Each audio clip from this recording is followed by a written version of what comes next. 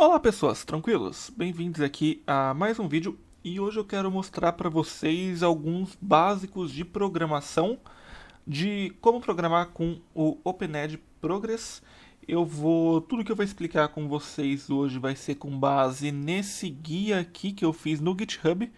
Então vai ter o link para vocês na descrição, se vocês preferirem aprender só lendo. Mas aqui eu vou falar sobre todos esses funcionamentos aqui. Mas tá, vamos lá. Primeiramente, eu não vou mostrar como criar banco de dados, arquivos.ini de inicialização nem nada. Vou pegar aqui o atalho do App Builder e vou abrir.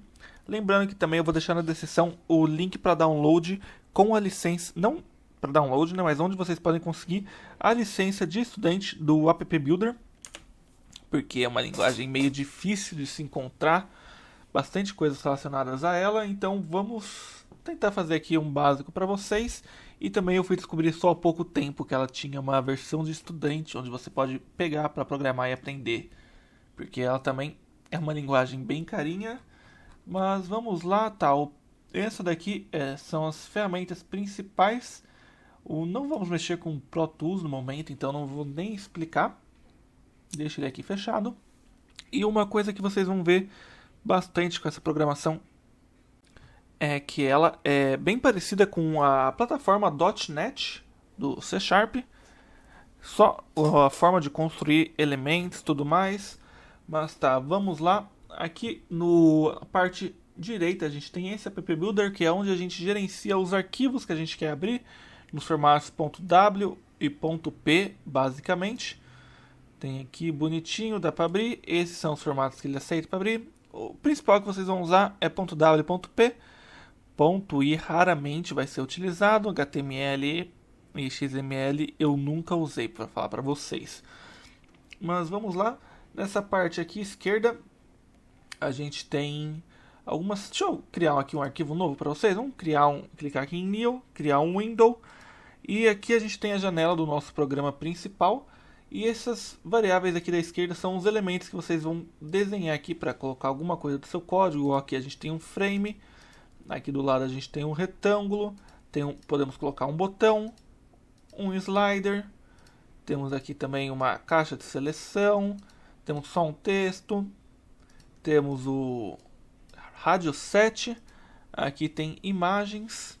Então essa é a parte da esquerda em que a gente seleciona e faz o nosso front-end aqui. Porém eu não vou explicar nada disso por agora. Vamos começar primeiro com o arquivo.p. Então para isso a gente vai vir aqui em Tools, vai criar uma Procedure Window.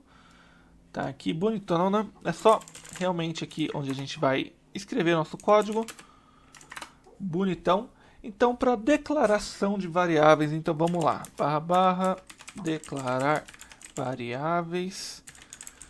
Tá um pouco pequeno isso daqui. Vamos fazer o seguinte. Vamos abrir aqui o Pro Tools. Cadê? Set fonte 12. Pronto, já deu uma melhorada. Tá aqui, declarar variáveis, a gente vai usar os seguintes comandos. Define variable para criar, que seria a criação dela. Depois a gente põe o nome, sei lá, underline idade, o que eu quero. E aí a gente vai definir o tipo dela. Então a gente coloca o s, tipo integer. Beleza, aqui a gente cria a variável.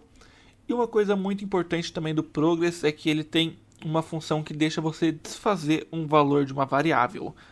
E isso pode gastar um pouco de memória se você tem várias variáveis no programa. E se você não for querer nisso, não vou mostrar por agora, coloca um undo no final, que é para ele não ter esse gasto de memória à toa.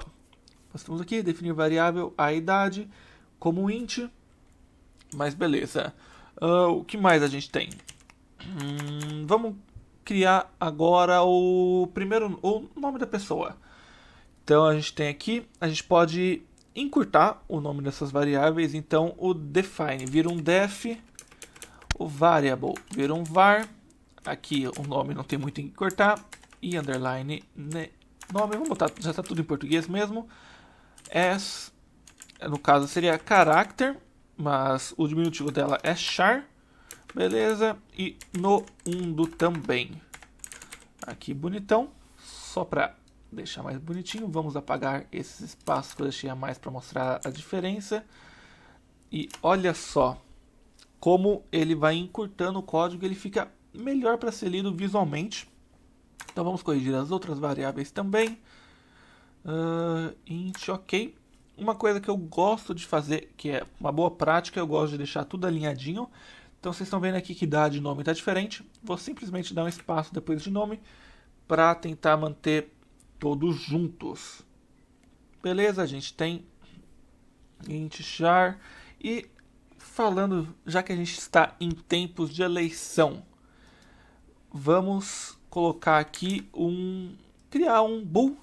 Então vamos lá, um def var e underline votar. Aqui a gente vai colocar o log de logical. As log no undo, beleza. Se a gente dá um Shift F2, a gente dá uma verificação no nosso código para ver se está tudo certo. Então aqui ele falou que a sintaxe está correta, porque tipo, se você esquecer um ponto... Oxe. Ele falou que isso eu não esperava. Ah tá, aí beleza, aí deu erro, beleza. Aqui ele fala que não conseguiu entender, ok.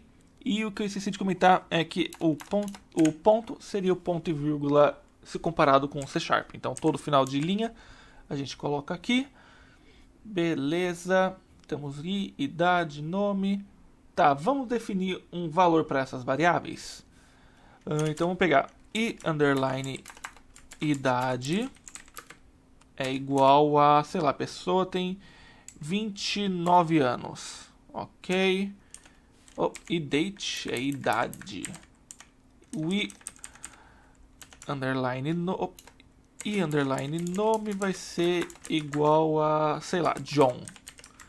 Ok. E vamos lá. Vamos criar aqui uma estrutura de decisão de if. Então, se a idade for maior que 16, a pessoa pode votar. Se for menor, não pode. Então a gente vai fazer o seguinte: if underline idade for maior que 16, então faça, eu tenho que alterar aqui, eu acabei de instalar o programa, não configurei nada, mas eu não gosto que ele joga a quebra de linha já para outra linha. Mas vamos lá, se idade for maior que 16, maior ou igual, né, que eu acho que com 16 você já pode tirar o seu título. Então a gente vai colocar underline votar igual a true.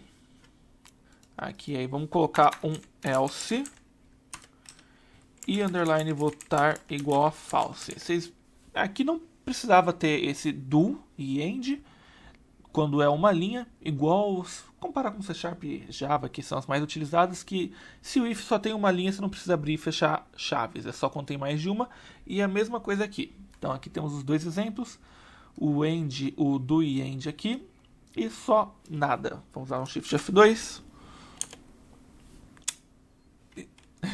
Tá em português, tá em inglês, ok.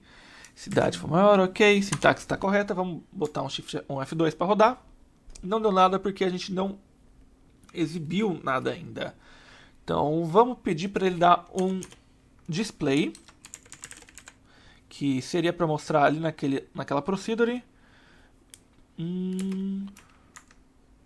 o usuário.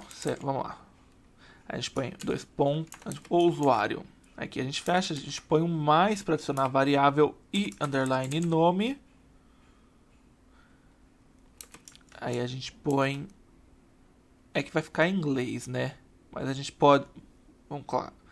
Vamos fazer o seguinte, vamos fazer diferente. Usuário. Vamos fazer como se fosse exibir na tela. Aqui a gente põe o mais... underline nome. Certo? Mas aqui a gente pode pular a linha sem problema nenhum. Usuário e underline nome. Vamos fazer uma... Pode votar. A gente põe um string para obrigar a converter o resultado do nosso bool para um texto. Então aqui a gente põe um string, eu já vou explicar melhor sobre isso. E a gente põe underline votar. Aí beleza, põe um ponto para fechar. E aqui eu vou dar vou botar um skip. Não sei se ele skip funciona aqui. Não, skip não funciona aqui. Então vamos fazer uma coisa que a gente vai colocar um char chr13, que é o caractere do... Eu tenho Notepad++ aqui.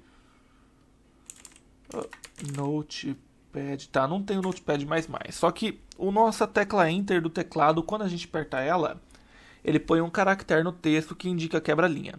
Esse caractere é o 13, então com ele a gente pede para o texto jogar uma linha para baixo no lugar de escrever tudo em sequência. Vamos rodar um F2. O usuário está em branco. Tá, por que ele me deixou tudo isso em branco? Message. Aí, agora deu mais certo, beleza. O display, vamos entrar nele em detalhes mais pra frente, mas tá aqui o message. Ok. Para a gente fazer esse campo de message melhor, a gente pode colocar a tecla M e dar um espaço. Ele gera aqui pra gente um templatezinho. Então vamos copiar isso que está aqui dentro. Põe aqui. Dá aquela alinhada nas linhas. Shift Tab e volta. Então vamos lá, como eu falei, eu gosto de deixar tudo bonitinho. Você vem um tabzinho pra frente. E você alinha com o message aqui em cima. Então vamos dar um F2. Usuário John pode votar sim. Mas se a gente tiver, sei lá, o Rodrigo. John e Rodrigo. Com a idade de 14 anos. O usuário Rodrigo pode votar no, porque ele não valida aqui nessa estrutura de decisão que a gente fez. Mas beleza. Aqui está um básico de declarar, um programinha básico para declarar as variáveis. Agora vou mostrar para vocês todos os tipos que a gente tem. Vamos lá, a gente tem o integer, que seria o int. A gente tem o decimal, que seria o dec. A gente tem o logical, que é o log. Vocês vão ver que vai indo bem bonitinho, né? A gente tem o character, que é o char. E basicamente isso que a gente vai usar. Tem também date, que não conheço a abreviação. Temos o datetime também. Datetime. Temos o datetime-tz. Aí bonitinho. A gente mostrou esse daqui. Vamos mostrar uma aplicação para o datetime. Beleza, vamos lá. Vamos dar um message. Opa. M. Tá. Primeiro a gente vai def var e underline date as date no mundo. Beleza. A gente vai colocar aqui o i underline date vai receber o today, que é a variável de hoje. Então se a gente dá um message no i underline date, ele deixa ou ele vai... Deixa, beleza. Ele fala hoje é 10/3/2022. Que no caso é 3/10, o meu programa ele não deixou eu colocar a opção de português. Ok. Se a gente mudar para datetime, ele vai dar a data de hoje. Ele não deu horário porque a gente só passou aqui a informação para ele de hoje. Então se a gente alterar para now, ele vai pegar o dia de hoje, o horário com os milissegundos. E se a gente colocar o datetime-tz, ele vai pegar o dia de hoje, a hora de agora e a time zone no final. Aqui bonitinho. Dá um ok, beleza. E agora para converter as variáveis igual eu tinha comentado com vocês, vamos lá. Vamos criar essa variável, copiar aqui do programa que eu já tinha feito do arquivo. Vamos dar a underline value como decimal, ok. Então a gente vai falar que a underline value vai receber 10.5. Beleza? E a gente vai... Eu quero dar um message dela, só que eu quero dar em formato de int. Então a gente vai falar o tipo que a gente quer, int, e a gente vai passar o valor dentro dela. Dá um F2, tá tudo certo, sim. Roda o programa. Ele deu 11, porque acima de 10.5 ele arredonda para cima. E abaixo desse 0,5 ele arredonda para baixo. Então se aqui fosse 10.4, ele arredondaria para 10. E isso não funciona só desse jeito. A gente também pode converter para string, que seria a mesma coisa. É que no caso ele vai só receber 10.4, porque não tem nenhuma modificação. A gente poderia colocar i underline value mais, sei lá, 125. Só para mostrar para vocês. Se a gente tentasse rodar assim, eu acho que ele não vai. Não, não vai, porque ele não deixa você somar um char para dentro de um int. Mas se eu converter tudo para string, ele também não... Ah, tá, porque ele está tentando fazer o mais aqui, Tá.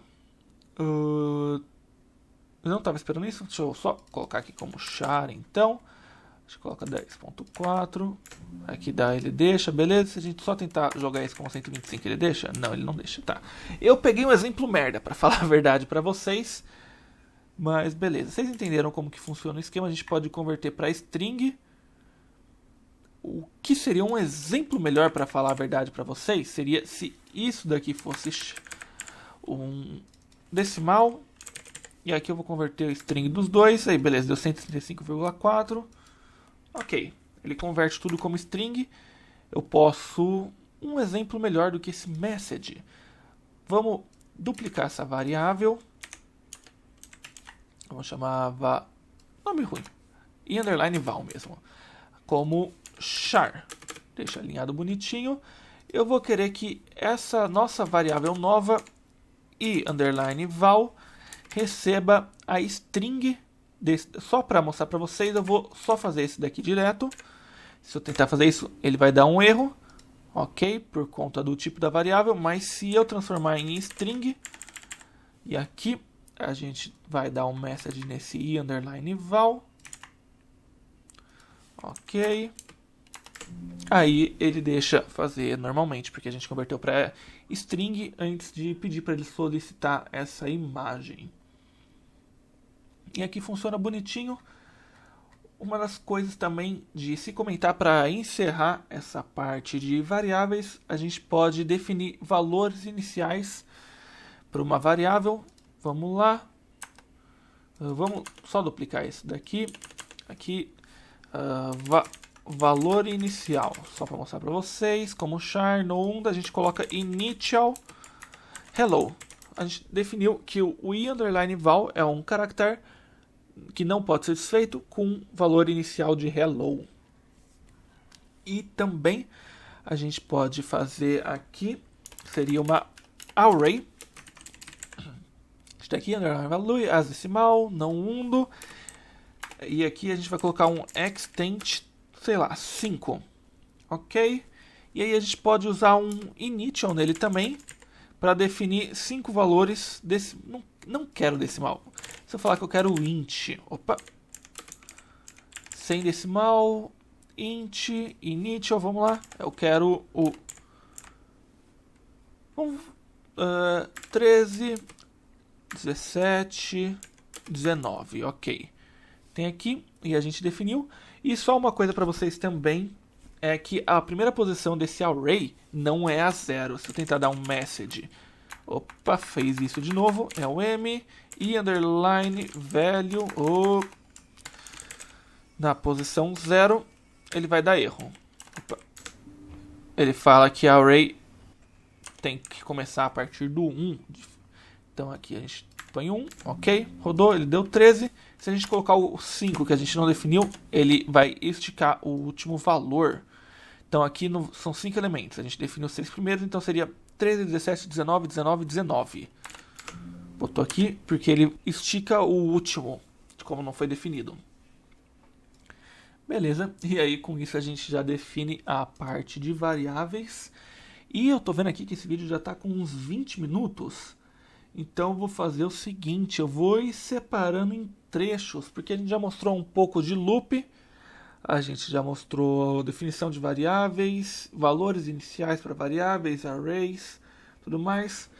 E vamos deixar para continuar em próximos vídeos, porque senão já está 16 minutos, muita gente não vai nem ver até aqui. Mas eu vou encerrando por aqui, obrigado a quem assistiu. Grande abraço, até mais e tchau!